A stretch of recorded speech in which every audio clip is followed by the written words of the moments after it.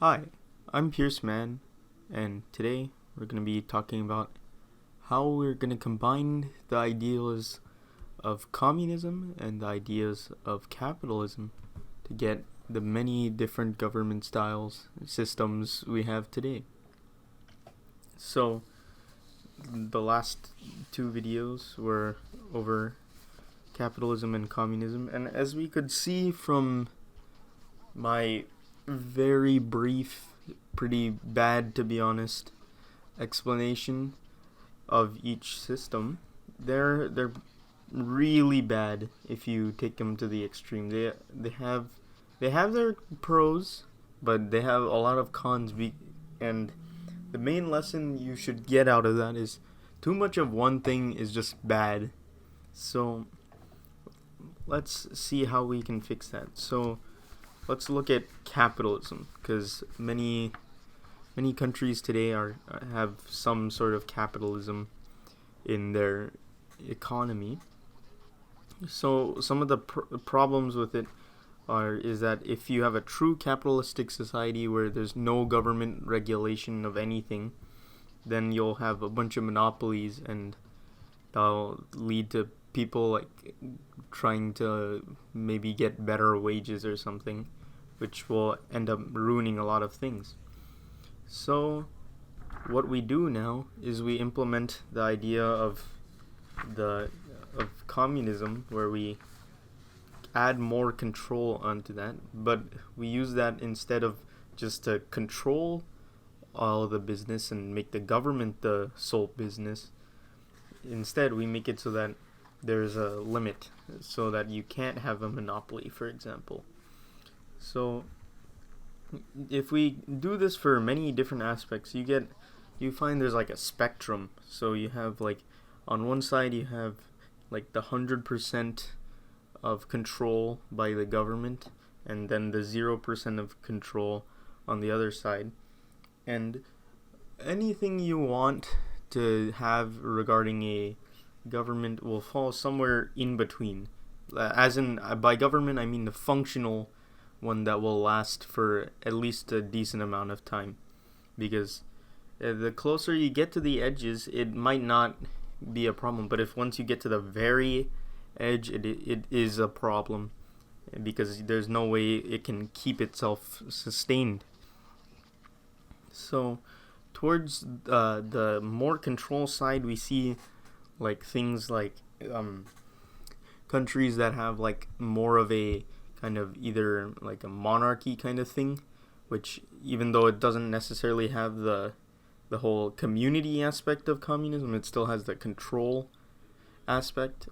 And especially monarchies, they'll have a complete control, which leads to many issues. And this is why, unless your king is like a super amazing guy, you're gonna have problems. But how they get around this is they implement something from the other side. They don't have complete control. It's still complete control, but it's in a way limited, if you understand what I mean.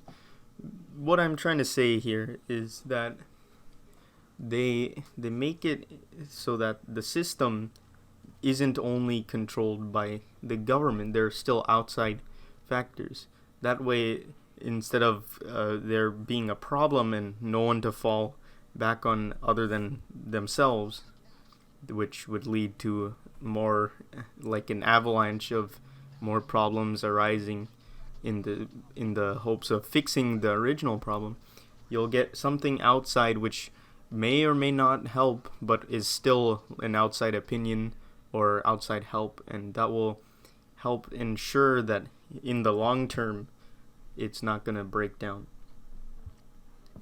So on the other side, we looked at monarchies. Now if we look at, for example, like the US government, which is like a republic, where you have, in a way, it's not perfectly everyone having power over the government, but in a way, everyone pitches in their opinion towards the government systems, and then from there we have how that is limited, because if you look at it, that means the government would have like very little say in like what is like best in terms of like what the government itself wants. The government wants like money or land or something for to further it, to make the country more powerful, for example.